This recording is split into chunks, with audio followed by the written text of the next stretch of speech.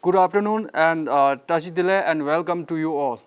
Uh, our media partner is Tibet Online TV. I'm Tsewang Dorji, a research fellow of Tibet Policy Institute and moderator of this session.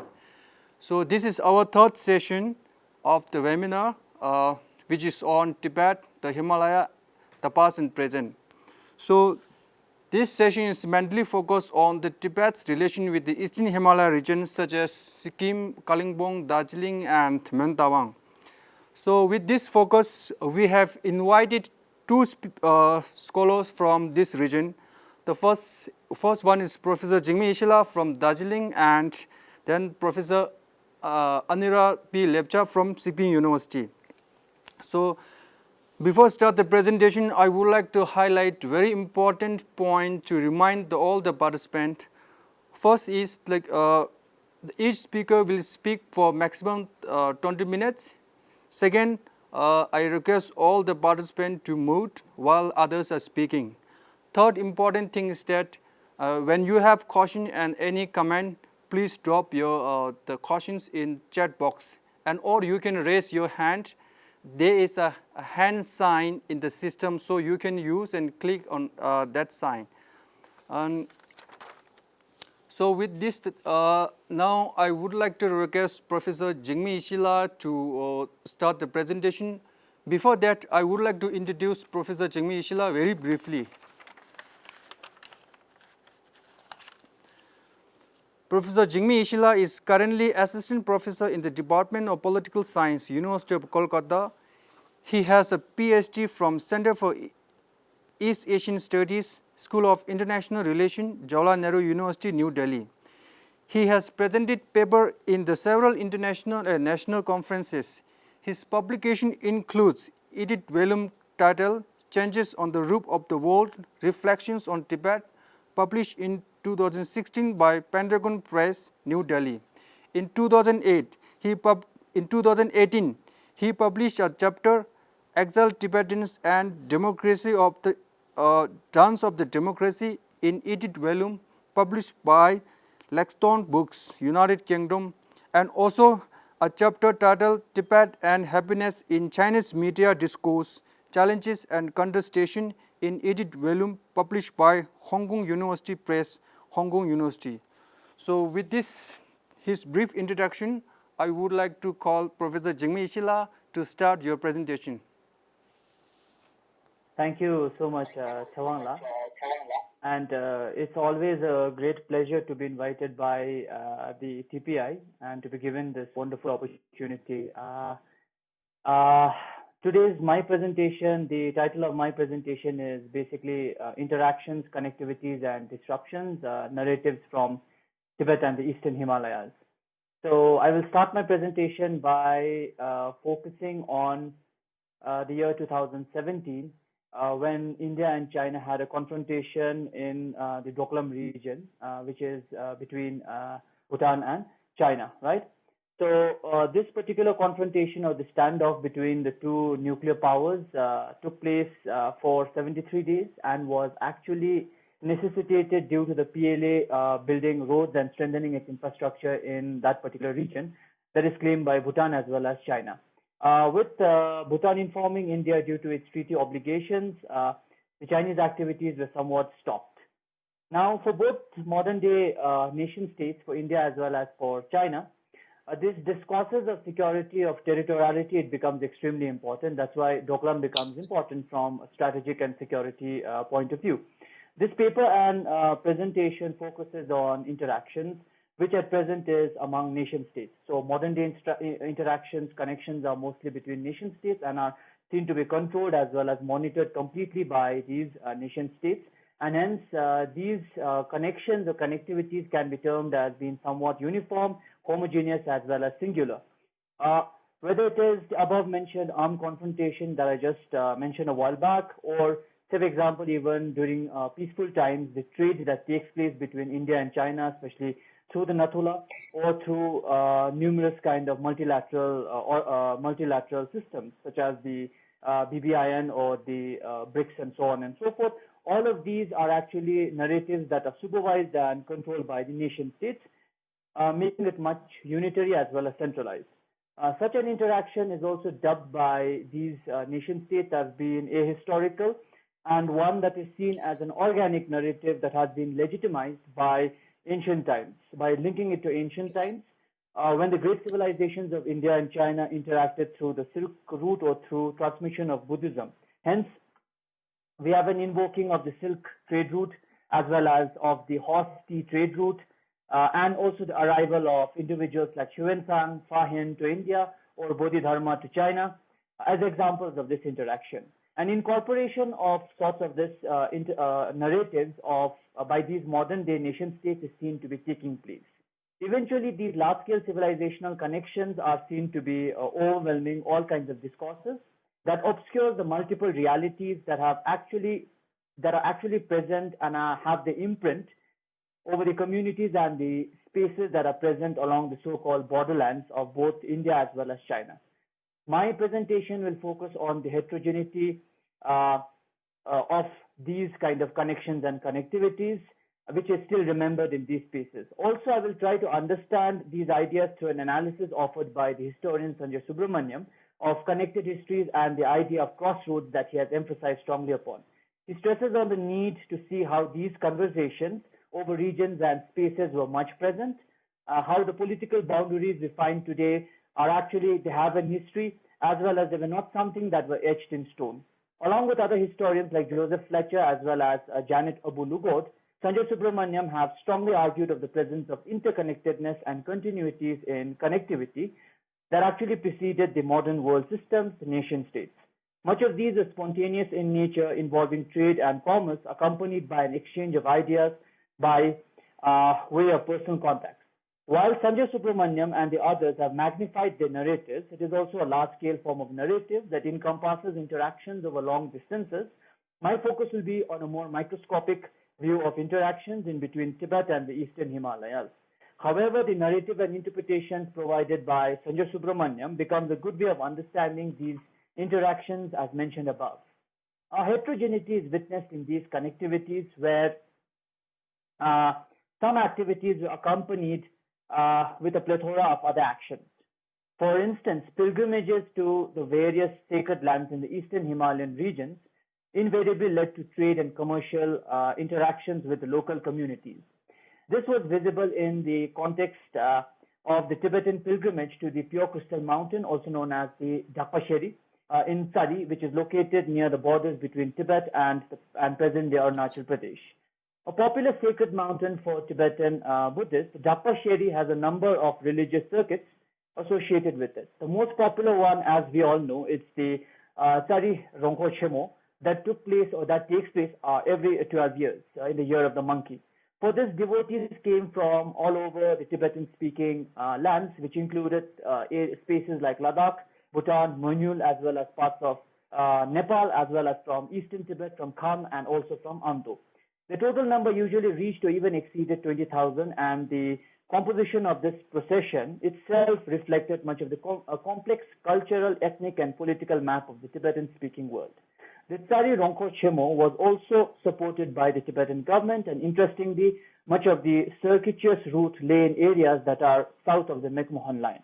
Hence, the pilgrims would obviously interact with numerous neighboring Tibeto-Burman-speaking Himalayan populations, the tribes inhabiting the upper Subansiri River basin that consisted of the Nishi, the Galong, Kagin, and numerous others. Also, this pilgrimage of the Tsari in Tsari, it actually passed through the territories under their occupation. Therefore, the organizers, that is the Tibetan government, the Gande Phodang government, had to pay them a tribute for safe passage during the course of this pilgrimage. Well, this can be seen as a form of interaction that took place and that has been disrupted with the emergence of the border disputes between the nation states of India and China.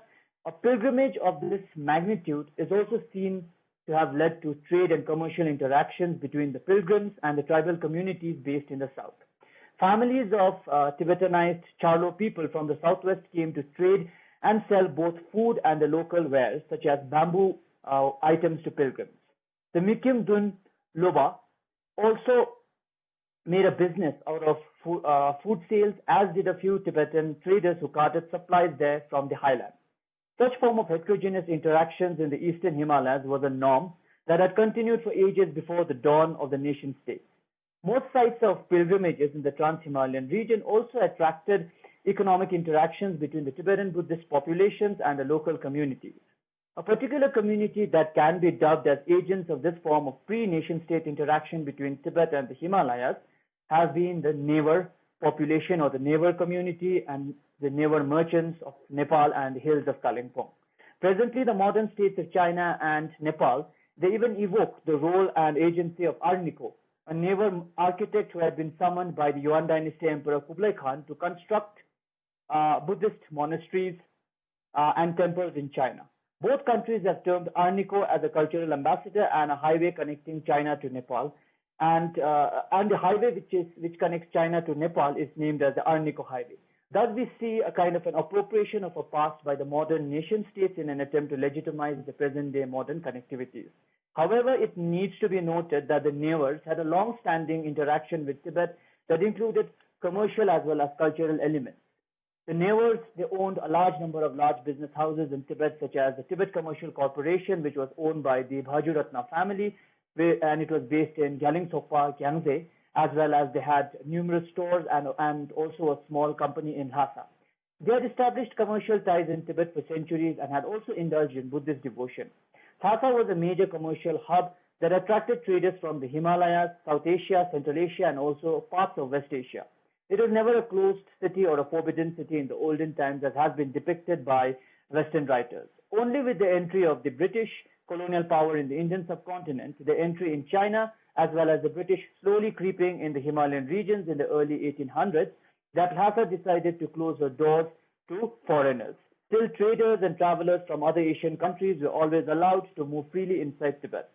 With commercial interactions, many of them also joined the monasteries in Tibet, which were centers of higher learning. For instance, Nevar craftsmen who went to Tibet along with the traders became monks in Drebung monastery.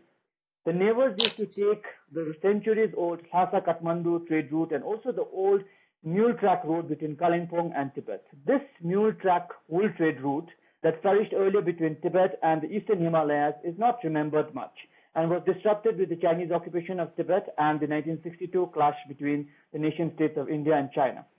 Still, during the heydays of the trade through Kalimpong, along with the Nevars and the Tibetan traders, there were also numerous Marwari traders in Kalimpong who had also opened 20 shops in Yatung, which is in Dromo, inside Tibet in the 40s and the 50s.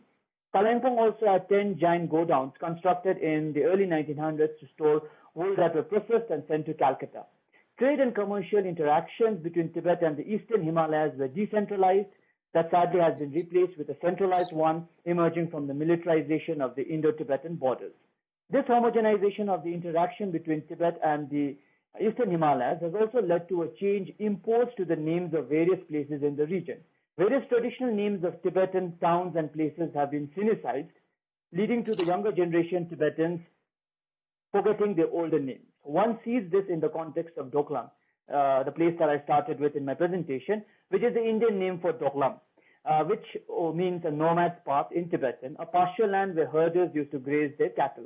It is a part of a narrow valley called Dromo in Tibet that fell on the trade route between Kalimpong and Lhasa as well as Gangtok and Lhasa. The hamlet of Dromo was a staging post for all goods entering and leaving Tibet. Its importance is understood from the fact that the area had actually 4 different names, varying with the people using it. For British India, it was Chubi Valley. For the Nevar merchants, it was Shedzingma. And for the Chinese, it was Yatung. These multiple names is also an indicator of the multiplicity of interconnectedness in the Himalayan region, where the pluralist interactions were the rule of thumb in the eastern Himalayas. The Kingdom of Bhutan also acted as an important intermediary for trade between the Tibetan highlands and the plains of Assam.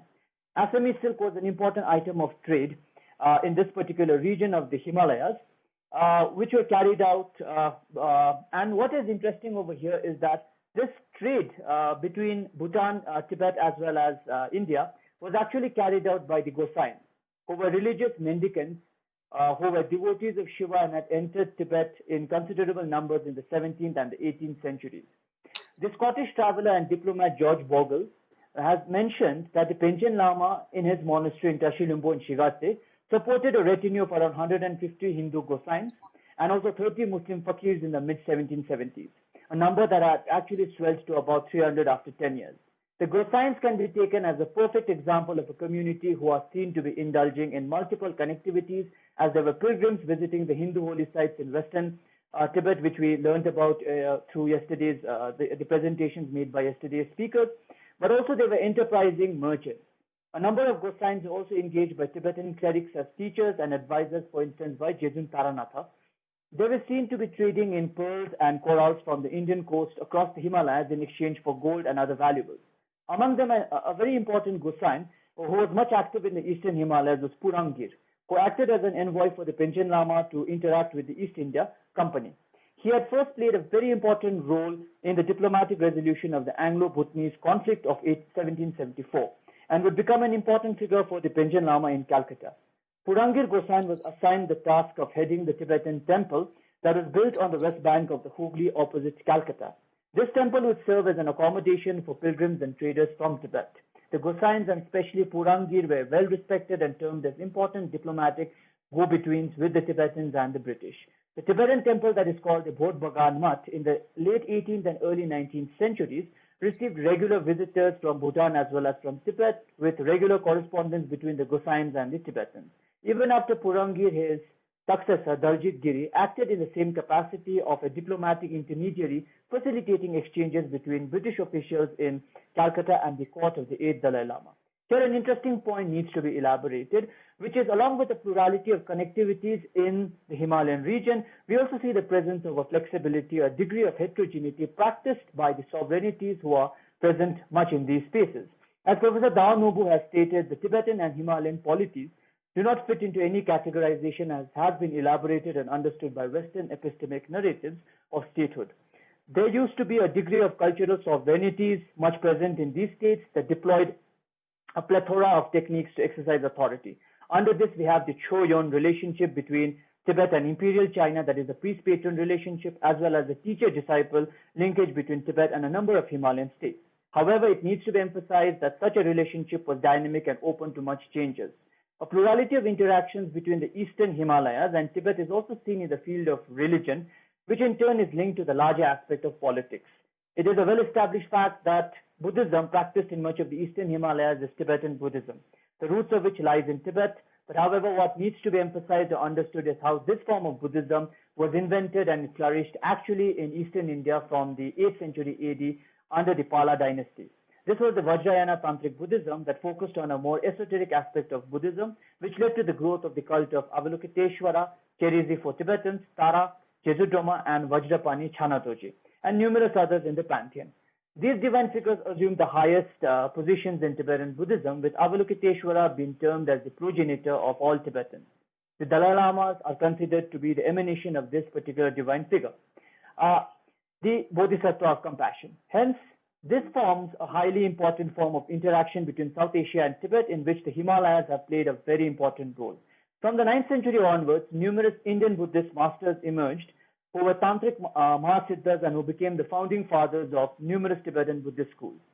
Tibetans remember them as the Gyaga Tutsu Geju Geshi, or the 84 Mahasiddhas from India. A few of them actually hailed from eastern India, such as Tilopa, who was born in Bengal and along with his disciple Naropa meditated much in the Himalayan caves. They are the roots of the Kagyu school of Tibetan Buddhism, which has a prominent place in Sikkim, Bhutan, and the eastern Himalayas, to which the Karmapa belongs.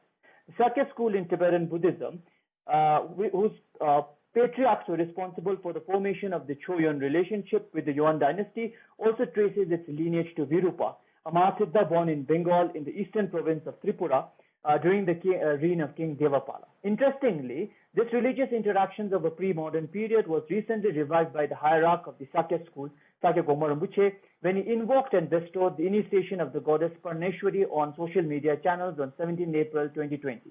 The goddess was invoked as a means to counter coronavirus, as Parneshwari is a tribal goddess who was worshipped in the 11th century in Bengal with the belief that she could destroy diseases. There was immense interactions in the religious field between Tibet and eastern India. It should be pointed out that these religious ideas that went into Tibet were transmitted through the Himalayas. Therefore, they also underwent numerous changes where they are seen to be interacting with the indigenous faiths such as the Burn religion, shamanism, as well as the other autochthonous deities which are much present. Hence, we see a great degree of assimilation, co-option, but also great degree of conflict in which the process of mandalization becomes important, on which I will not focus in this particular presentation. But this presentation will focus on another important form of interaction that was present between the Eastern Himalayas and Tibet, which was from the perspective of the interaction of flight and freedom that was seen where a large number of Tibetan Buddhist schools were seen to be seeking sanctuary and safety in the Eastern Himalayas, in Sikkim and Bhutan, from the domination mostly exerted by the Gelug school, who were supported by the Mongols and had eventually established their hegemony. We see this with the founder of Bhutan, Shabdrung Ngawang Namgyal, who had to flee from his monastery in Ralung in central Tibet, slightly western Tibet, when he was challenged by Tang Desi in early 1600s. He consolidated his power in Bhutan and even thwarted large number of attacks from Tibet. On similar lines, we also have the three lamas belonging to the Nyingma school, which I guess Professor Anira will elaborate further on, so I'm not going to mention it over here. But then what is important over here is much of the Eastern Himalayas have also been seen as Beyul, or hidden lands that were created specifically by the Indian Tantric master Guru Pema Sambhava. According to the 15th century Nyingma scholar Tsoktopo Lodro Gyaltsen, in a biography of Guru Pema Sambhava titled Yigi Minsel, he mentions about how the Mongols will overwhelm Tibet and the only safe sanctuary will be the Beyul of Demojong or Denjong, which is Sikkim. He also mentions about other eastern Himalayan spaces such as Bumthang in Bhutan, as well as Pimako in the borders between Tibet and Arunachal Pradesh, that were all earmarked as safe sanctuaries or the Beyul.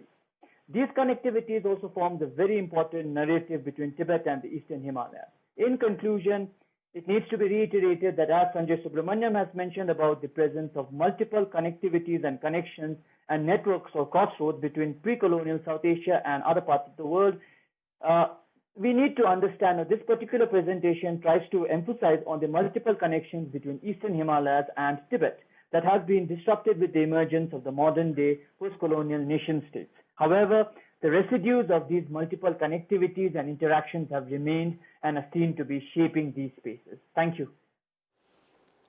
Thank you, Jigme Ishila. And with this, I would like to request Professor Anira P. Lepcha to speak.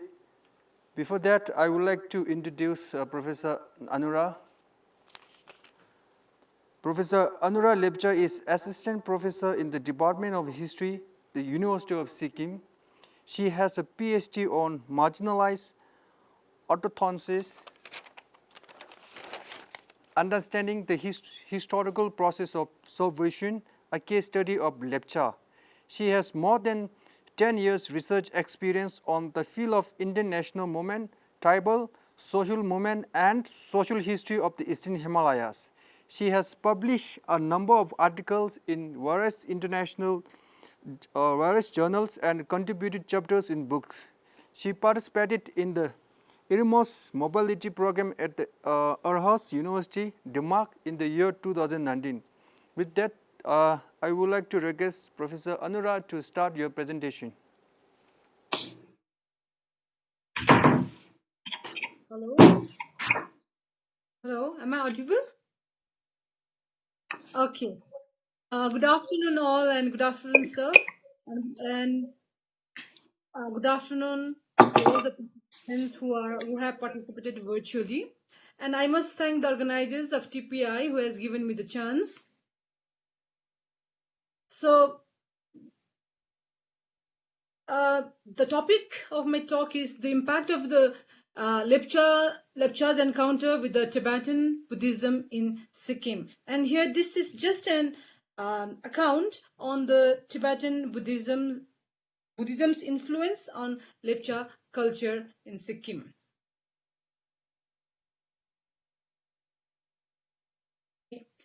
Lepchas are known to be the earliest settler in Sikkim or of Sikkim, and Sikkim state government has recognized them as the primitive tribe.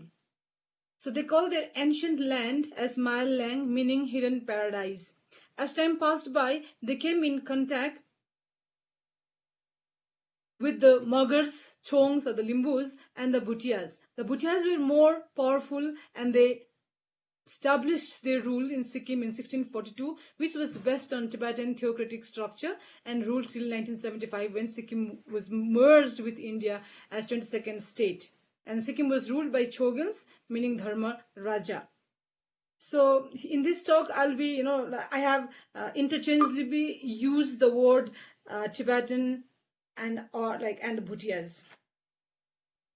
Sikkim has a unique culture caused by diffusion of Buddhism, Hinduism, and animistic rituals of different religious faith. Lepchas having their own ancient religion and cultural tradition of Mon and Bungthing, which are hardly practiced nowadays.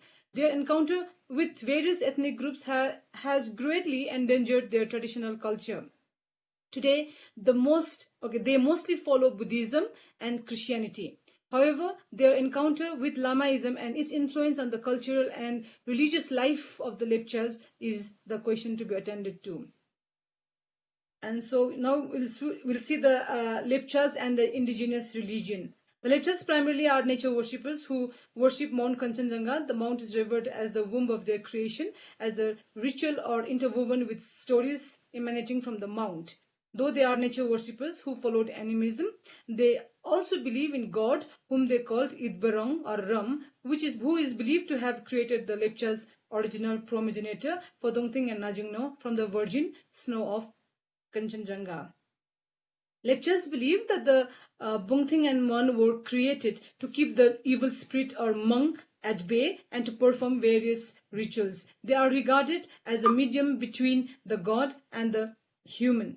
Many Lepchas respond their religion to be Bungthimism and Monism. According to the socio-economic survey carried by DESME Government of Sikkim in 2006, 85.14% Lepchas are Buddhist, 12.76% are Christians, and 2.10% are Hindus. This data speaks volume, but it may be observed that a good number of Buddhist Lepchas family performed Bungthings and their ritual alongside the Lamaist one. This coexistence of Buddhism and Monism with Lamaism also helpful in the revival of the traditional ritualistic practices. This suggests that they are mostly converted to other religion. So let us see what is Bungthimism and Mun. The Lepchas own the institution of Mun and Bungthimism. The Bungthim basically is a male medicine man, and Mun female priestess, whose mainly purpose is to transport the departed soul to Rumlang or the heavenly abode. Mun basically is a female priestess, and even today many traditions cannot be solemnized in her absence. So this suggests that even women are given a respectable position in the religious sphere in the Lepcha society. The Bungthing and Mon are regarded as the main constituent of Lepcha culture and religion. The practice of Bungthimism and Monism cannot be attained through teaching or learning. This, as the Lepchas believe, is a supernatural phenomenon which is difficult to attain when the cultural roots are warbled. They are considered as mediators between God and human and are known for their healing powers. One cannot attain the state of Mun or a Bungthing. The spirit will manifest itself. It has been found to possess only those of certain families who have Mun and Bungthing right down their generation. And it is invariable pattern, maybe sometimes in the succeeding generation as form of father or son, mother to daughter. Sometimes the spirit might even manifest itself after a lapse of 3 or 4 generation. And the function of Bungthing is almost parallel to that of traditional priest of other religion, and he is commissioned to perform various functions. He is endowed with healing powers and can ward off sickness, though enchanting and offering to God and many times to evil spirits. He is also assigned to dispense wedding vows, and Bungthing is responsible for keeping Lungten or the story of Genesis alive. He narrates the Lungten song or the story of evolution, and the same is passed to the next generation verbally. Nevertheless, the function of Mun is equally indispensable. The most important and the most impressive function of Mun is the transportation of the soul of the departed into Rumliang, the place of gods where it is supposed to meet with the soul of his or her ancestor. So let us see the influence of Lamaism. The migration of the Bhutias is said to have markedly influenced the history of Sikkim and the Lepchas' way of life. History points out that the Tibetan migration was actuated by the infighting between the Red Hat sect and the Yellow Hat sect of the theological kingdom Tibet. The vanquished Red Hat monks flew in search of safe haven towards south to perch in Sikkim. 3 monks of the sects wandered along and landed in Sikkim, a village in the western part of the present-day Sikkim. There they transported Pencho Namge, affected an alliance with them to proselytize the Lepchas into Lamaism, the Tibetan variety of Buddhism, after his installation as the king of the kingdom. And Beaver Stock says Tibetan Lamaism was introduced into Sikkim 3 centuries ago and is now regarded as the official religion. It is difficult to determine the extent Buddhist influence has had on Lepcha psychology, but it is clear that the pre-Buddhist religion is not entirely dead. A collection of tales like those at hand give sufficient evidence to this effect. But the influence grew much in the later of 20th century. A.R. Fawning argues that such situation evolved partly by the amalgamation of the Lepchas with such population as Tibetan, Nepalis and the Bhutanese. This resulted in the decline of Lepcha culture. With a few exceptions, the huge wealth of knowledge about ethnomedicine is lost. In some cases, monks and bungthings are found to prescribe the wearing of charms and amulets, the making of these being the province of the Lepchas. Apart from the original monk bungthing, there are other types of these gods men and gods women who, by virtue of the advent of extraneous culture, have imperceptibly crept into Lepcha society and the tribe. In the process of integration with Lepchas, Mon Bungthing called, they have metaphors into something appearing as the Lepcha on. In regions where the Tibetan and the Bhutanese held sway, the Tibetan cult of Pao or Nengzyomo made its appearance. The great appearance of the Pao Nengzyomo cult in Sikkim in the later half of the 20th century is the result of nearly 4 centuries active Tibetan cultural domination over the Lepchas, which according to Thakur, R.N. Thakur, may be seen as a fatal blow to the great tradition of Bungthing and Mun. In the encounter with the two religions, the problem of the Lepchas has probably been which religion was most expedient in this respect. The partial adoption of Tasya Thing or Padmasambhava by the Lepcha mythology seems to indicate that he was accepted because he was regarded as highly successful in every way. During the centuries, the relationship between the two religions has developed from competition via coexistence to a kind of cooperation in the common ritual purpose. However, the declining ceremonial importance of the Lepcha priest and priestess is obvious, and this illustrated, for example, by the fact that their position at many modern funeral ceremonies is now inferior to that of the Lamas. So let us see the Lepcha lore and Tibetan influence. The arrogation of the throne by Phuntsuk Namgyel as a Tsogel or divine king having both temporal and spiritual power in 1642 AD can be seen as the period of the full-scale conquest of Sikkim by Buddhism. Latsun Chempo, who consecrated the first Chogel at Yaksum, had the Tibetan scripture translated into Lepcha and developed what is now known as Namthars. This greatly helped in the spread of Buddhism among the Lepchas. Whenever two cultures meet, an inevitable cultural exchange takes place. In the process, the culture of the powerful group will be in an advantageous position, and that of the minor groups will eventually assimilate into the larger group. After the Tibetan rule started, the process of assimilation of the Lepchas culture with the ruling class was evident, and there was free intermarriage between the Lepchas and the Bhutias.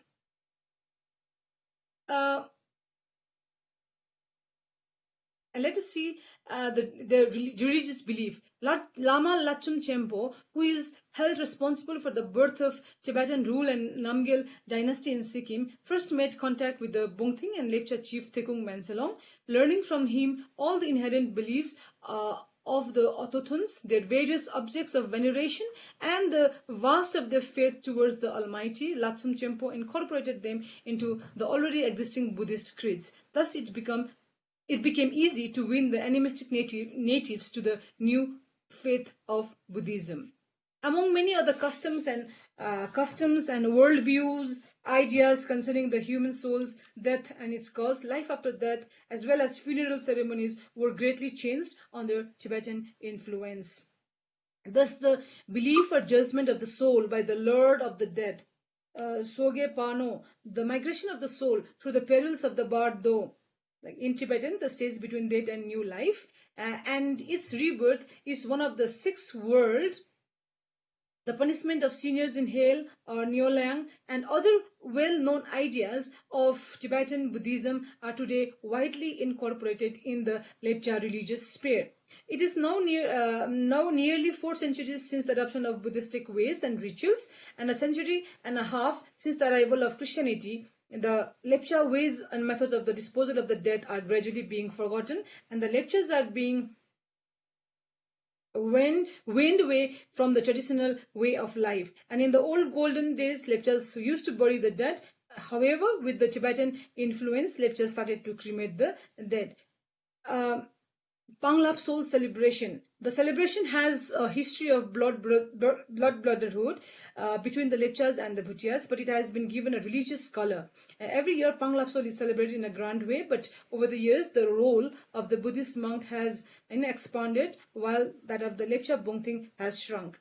The story of the Blood Brotherhood Treaty has versions from the Bhutia and the Lepcha, yet this has helped to keep the unity cord strong between them till today. This is also seen as a symbolic acceptance of Bhutias and the Lepchas as equals. The economic, it may be noted that the Lamas or the monks from Tibet played a significant role in consecration of the Chogil in Sikkim. Hence, the Tibetan monk enjoyed a greater role in administration. Lamaist institution was started. It grew and expanded under the patronage of the king and royal Buddhist priest. The opening of the Buddhist monastic institutions have attracted the Lepchas to join the Sheda because joining such institutions guaranteed jobs as monks, and apart from earning in terms of fees for performing private and public rituals, the Buddhist monk also enjoyed respect and royal patronage. Such social and economic reasons drifted many Lepchas away from their religious and cultural moorings. Although it had some monetary benefit, it made them culturally denuded. Their inherited qualities to be Bongthing got disoriented. So, in the present scenario, Mon Bongthing culture is fading away and is not found among the younger generation, not totally, but okay. So traces of Lepcha culture and traditions can be found only in the areas where they are in majority. Zongu is the only place or is the only hope which could preserve some of the cultural facets of the community, as the place is a Lepcha reserve and other communities are legally not allowed to reside in this area. It was heartening to find Bongthing and Mun performing during the different occasions in Zongu area during my survey. Zangus Lepcha follow Buddhism and Mon Bungthing both. So some kind of Lepcha traditional rituals and beliefs system still exists there. But of late, the conversion to Christian faith at a rapid pace has greatly influenced the cultural way of life. Besides the construction of mega power dams and initiation of hydropower projects have had negative impact in this cultural sacred landscape. The shift in language use from Lepcha to other dominant languages is yet another factor influenced greatly by religious affiliation. Religious affiliation is one of the prime factors that brings linguistic change. Every community may be assumed to have special characteristics of language structure and language use, which are appropriate for religious purpose in religious cultural settings or on religious occasion. For example, the speech variety, I will not go that. And then in Sikkim, Buddhism has helped to great extent towards the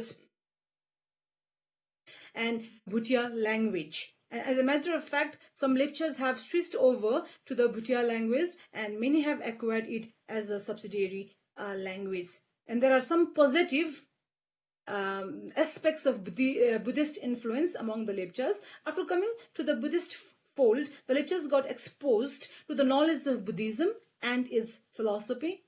They learned Tibetan language, which is regarded as a great source of knowledge, especially on Buddhism, post-Afghan invasion in India. They got educated through monastic teachings. Another important aspect is the development of Lepcha language through script and writing. The introduction of Tibetan language as the national language of Sikkim marginalized Lepcha language to some extent, especially replacing it in some domain, but few policies also helped it to grow and develop. It is believed that with an intent of spreading Buddhism through Lepcha language, Shadar Namgyal, the third Chogyal, with the help of Lepcha scholar Mensolong, revised Lepcha script, and hence writing in Lepcha was initiated. This greatly increased the domain of the use of Lepcha language. So the spread of Buddhism has helped indirectly in the development of Lepcha language. Some of the Lepchas also benefited economically through monkhood. However, if they gained monetarily, their cultural ethos took a backseat. And let me conclude. So in conclusion, the Lepchas culture is dying so fast that the Mon tradition is a distant future, will become a thing in the past unless something is done to save the withering tradition. In the greater world of Lepcha culture, the Mon Bungthing institution has become a fading memory, and these practices are very rare, and a very few claim to be Bungthing or Mon today. If some grieved families wishes to perform ritual like the that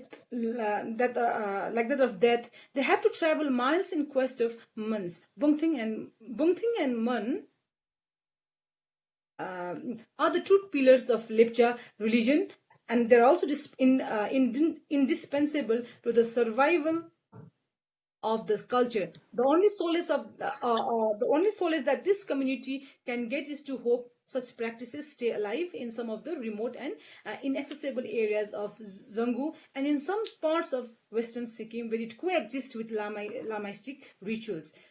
The acute shortage of Mon and Bungthing could also be the reason that, like, for Lepcha's inclination towards other religion. The Tibetan form of Buddhism was the religion of the royal masters. Hence, many Lepchas considered it superior, but to many, their traditional religion and practices were equally important. This is evidence from the fact that even today, Mon Bungthing tradition coexist and the Buddhism practices practiced by the Lepchas. Bereft of their written cultural resources, the Lepcha turned Buddhist retained a semblance of their culture in its polluted form, and what emerged was a mixture of Lepcha culture with the Buddhist thing. Lastly, I would like to inform that in 2012, an initiative for residential school for Bungthing training known as Culture and Traditional School had been started.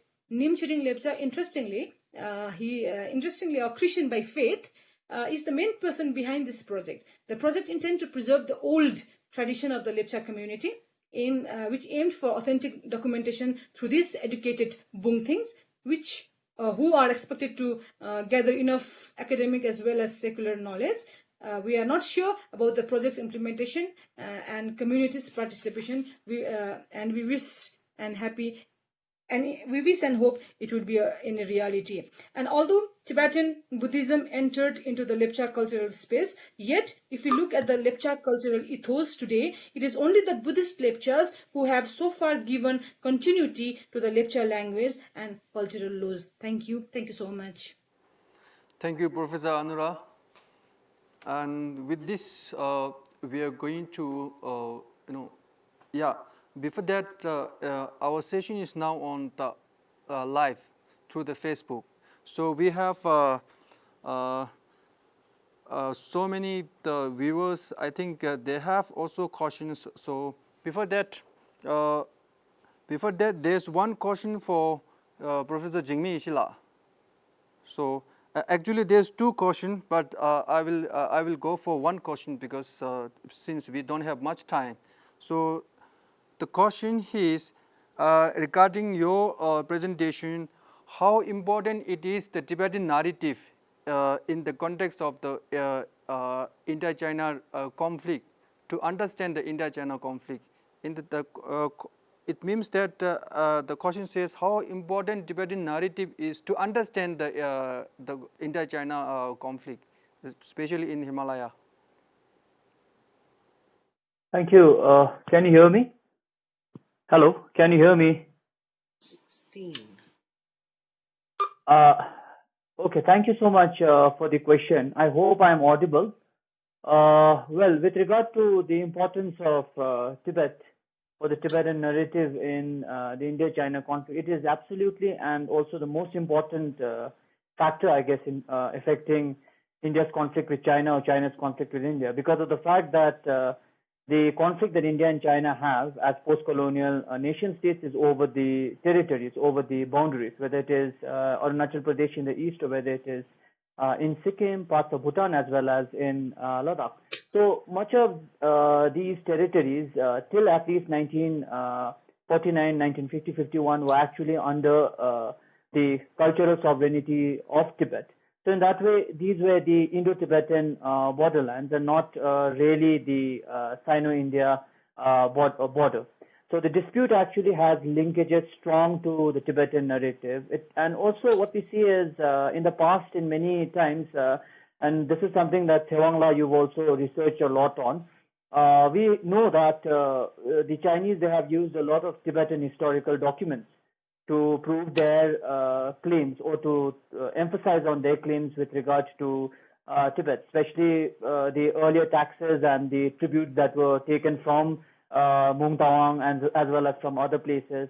And also a number of narratives been created, especially the narratives been written by the earlier aristocrats who had some kind of land in these places, as well as other kind of connections to these borderlands. So the main crux or the main core in the conflict between India and China is actually Tibet, which sadly doesn't get highlighted. And the main reason why I feel it doesn't get highlighted is because of the fact that it is one of these pre-modern leftovers of history that modernity cannot understand, cannot actually comprehend. Thank you. Thank you, Professor Jigme Ishila. Now we have one more question to Professor Anira Lepcha. Professor Anira Lepcha, can you hear me? I can hear you, sir. Yeah, okay, thank you. The question is that in the context of your presentation, and so what is the biggest obstacle or challenges which face the Lepchas at the present?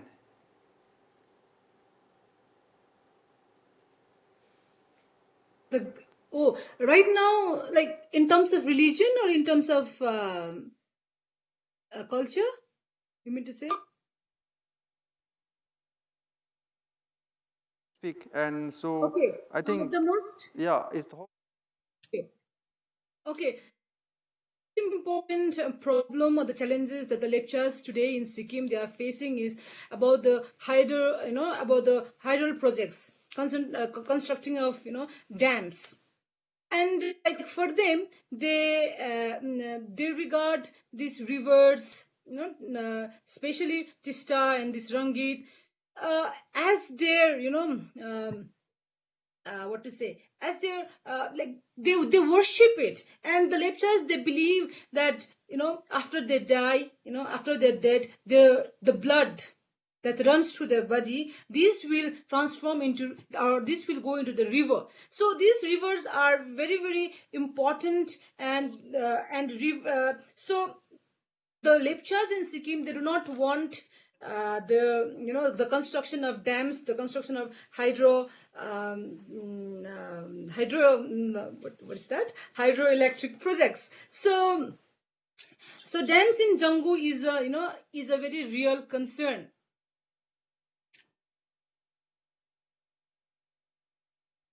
Thank you so much. Okay. And so the floor is open for the question answer. So I request participants to, if you have any questions or comment, please mute on your microphone as well as your the video, and you can raise any question to eminent speakers.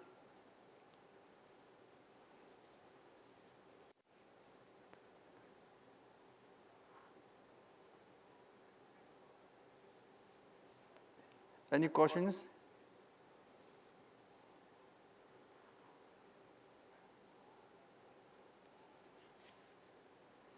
Okay. If there is no question, then yeah, the time is yeah almost time is almost up. So and our actual sessions, the time duration is just 1 hour. So with this now it's 4:05. So I would like to wrap up the session. Before I wrap up the session, I, on behalf of Tibet Policy Institute and Facebook viewers and then our participants, would like to pay our heartfelt thanks to Professor Jigme and Professor Anira P. Lepcha for your wonderful presentation, insightful presentation.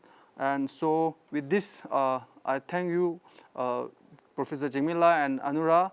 And also, we are looking forward to you to have our Man Himalaya conference at the Dharamsala. Hopefully the current situation will get well soon. And after all, we are looking forward to you to be at the Dharamsala at our Man Himalaya conference. With that, so I'll end off here. And before that, tomorrow is our last session. So tomorrow we have two speakers from the Eastern Himalaya.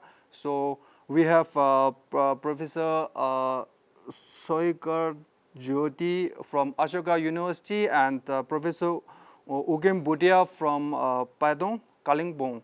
So the tomorrow is our last session. So with that, our session will continue. And then thank you, Professor Jigme and Professor Anura for giving us a very wonderful presentation. With this, I wrap up the session and see you tomorrow. And thank you for participating and goodbye and bye-bye. See you. Thank you, Jigme and Anura. Thank you. Thank you. Thank you. Thank you so much, Thank you. sir. That's all.